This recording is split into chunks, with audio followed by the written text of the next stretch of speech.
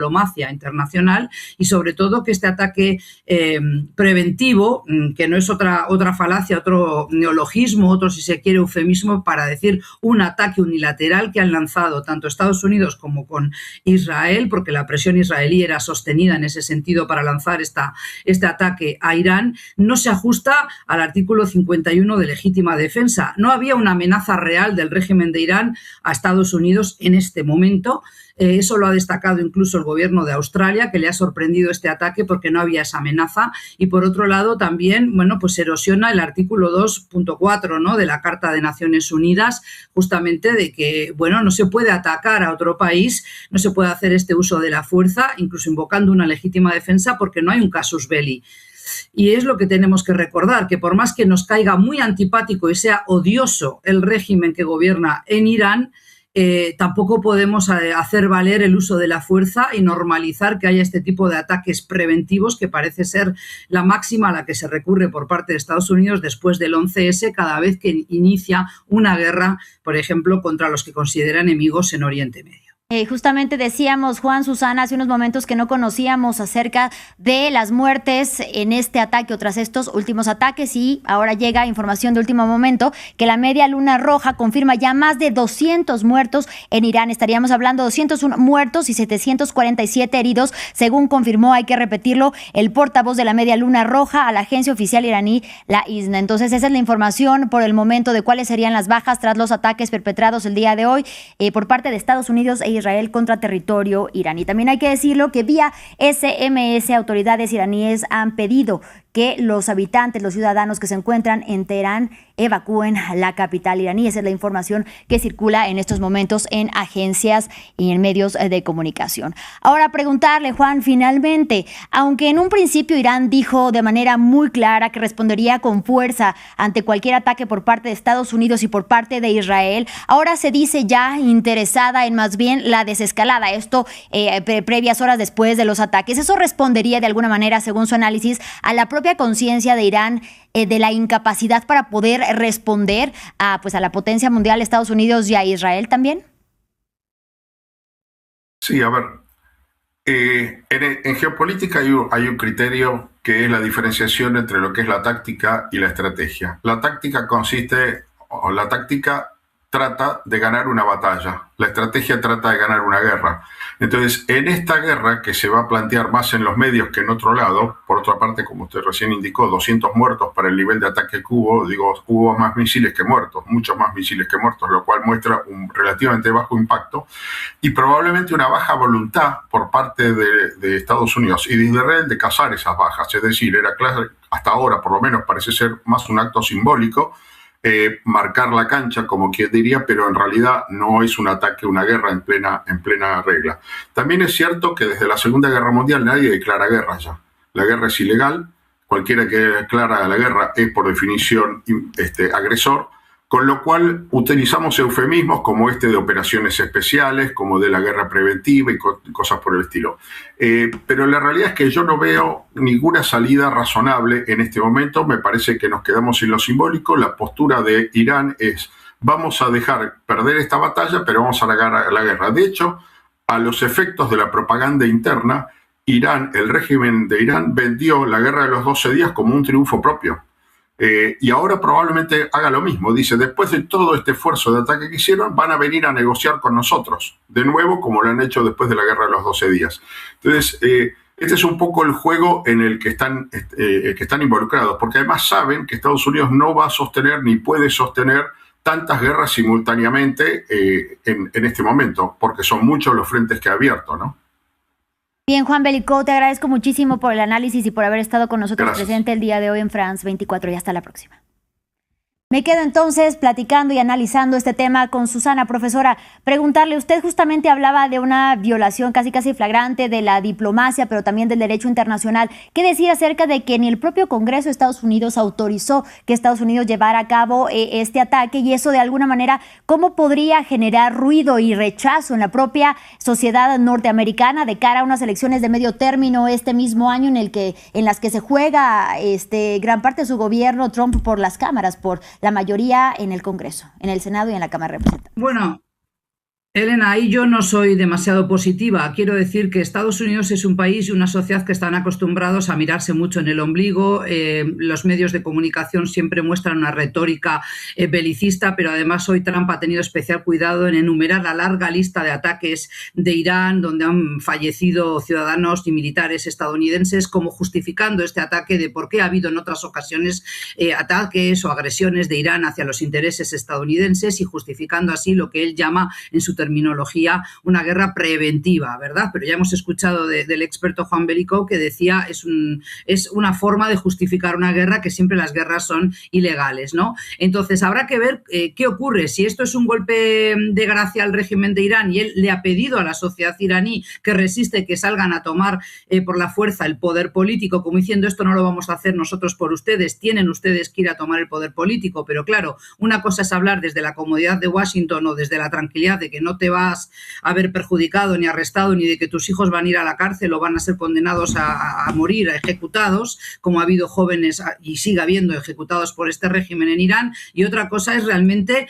entrar con las botas militares de Estados Unidos al terreno, cosa que no parece probable a estas alturas. Entonces, yo creo que Trump, es bastante poco previsible, pero yo creo que seguramente sean golpes que se den unos y otros. Irán ha retaliado atacando bases militares de Estados Unidos en el Golfo Pérsico, por eso los países vecinos también piden calmar las aguas, piden desescalar, porque no quieren verse arrastrados en esta guerra regional. Pero el problema es qué hemos hecho realmente en pos de los derechos humanos y del pueblo iraní, no solo por las mujeres, que muchas veces hablamos de la revolución de las mujeres a partir de Mujer, Vida y Libertad y la muerte de la joven Mahsa Jina Amini. ¿Qué estamos haciendo por las mujeres en Afganistán y las niñas? Eso demuestra, Elena, una vez más, la hipocresía de Occidente. Por eso yo le recuerdo a la audiencia que no nos dejemos arrastrar por este discurso simplista infantil de Trump y de otros líderes mundiales que dicen buenos y malos. A mí me desagrada muchísimo el régimen de Irán, pero no por ello voy a comulgar con lo que está haciendo Estados Unidos de imponer su fuerza, y también de Israel, que quiere reconfigurar y rediseñar los mapas de Oriente Medio claramente. Tú decías y le preguntabas a Juan si puede retaliar Hezbollah. ¿Cuánto más nos pueden mentir? Si ya le asestaron golpes Israel desde el 2023 hasta ahora, ¿cuánta fuerza de retaliación, qué capacidad de rearme tiene Hezbollah hoy día? ¿Qué capacidad de rearme tiene Hamás? ¿Cuándo nos mintieron? ¿Cuando nos dijeron que habían terminado con esa amenaza, o ahora que nos vuelven a decir que están en un vecindario peligroso? Eso es lo que hay que tener en cuenta, no caer en este tipo de discursos simplistas. Y justamente, Susana, recalcar por lo que usted nos dice, usted está hablando de Hezbollah y también de Hamás. Yo le hablaría del propio Irán, que supuestamente después de la guerra de los 12 días ocurrida en junio, que también atacaron conjuntamente Estados Unidos e Israel, habían dicho que ya habían mermado casi del todo o en gran medida las capacidades nucleares de Irán. Y ahora se argumenta nuevamente que Irán estaría construyendo un arma nuclear y que se tiene que atacar o quitar de raíz el problema que, según Donald Trump, pone en peligro a la propia sociedad norteamericana. En ese sentido, quisiera que siguiéramos hablando acerca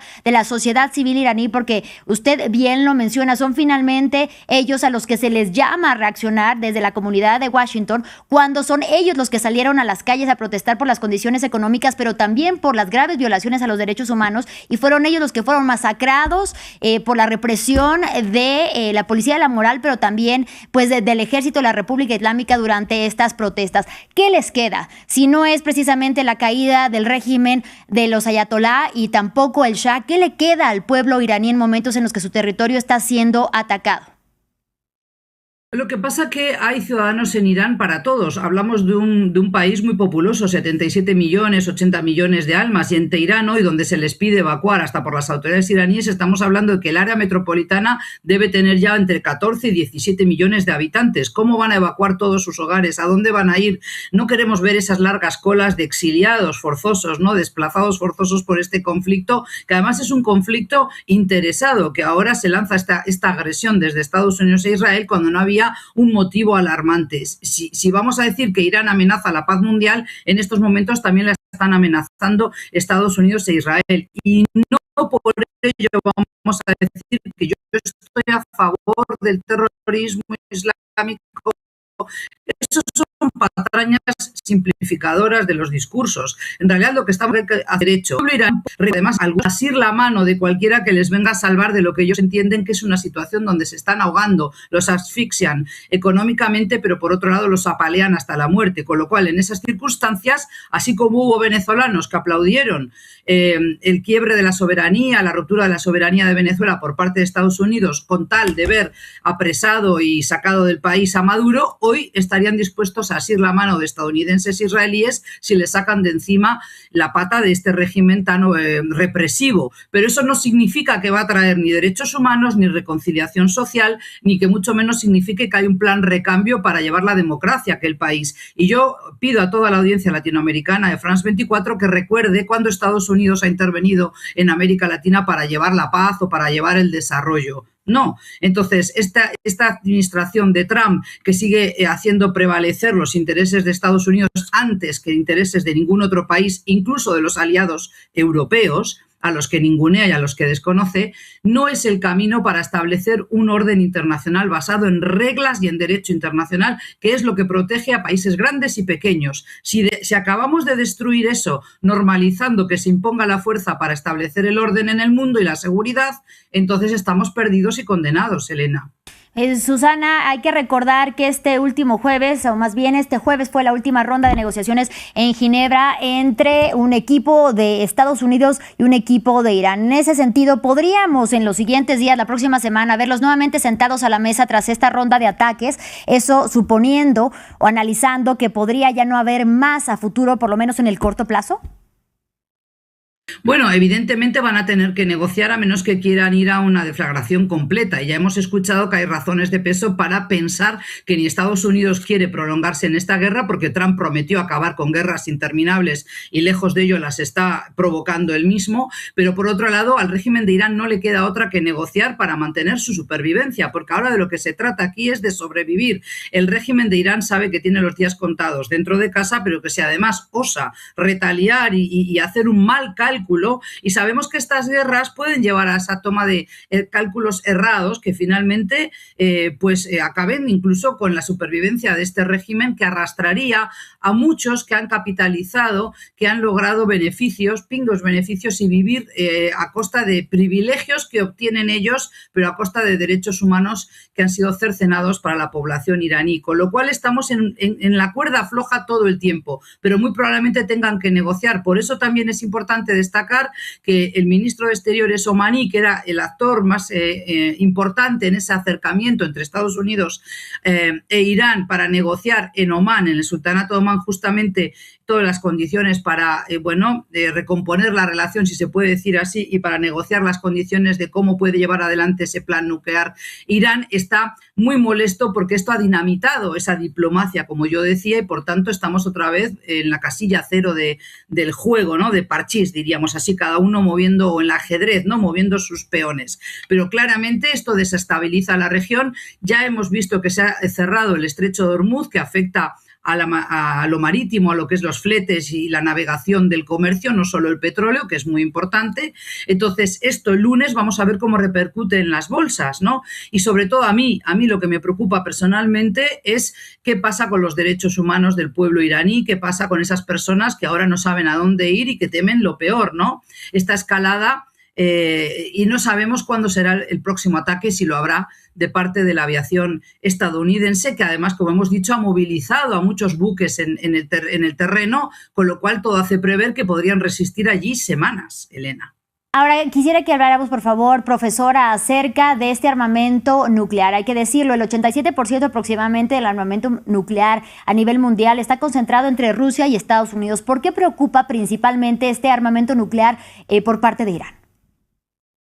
Claro, y esto es una pregunta que nos hemos hecho analistas que estudiamos Oriente Medio hace muchos años. ¿Por qué le preocupa tantísimo a Estados Unidos que Irán tenga el arma nuclear? Para mí sería lo lógico que ningún país la tenga, que haya un pacto y que haya negociaciones para que ningún país pueda tenerlo. Pero ¿por qué Irán no puede hacérselo? Ha vuelto a decir Trump en su alocución, en su vídeo: nunca vamos a permitir que tengan el arma nuclear, lo cual le da rienda suelta a los radicales del régimen en Irán para decir, pues es cuando queremos tenerlo, porque es nuestra baza de disuasión.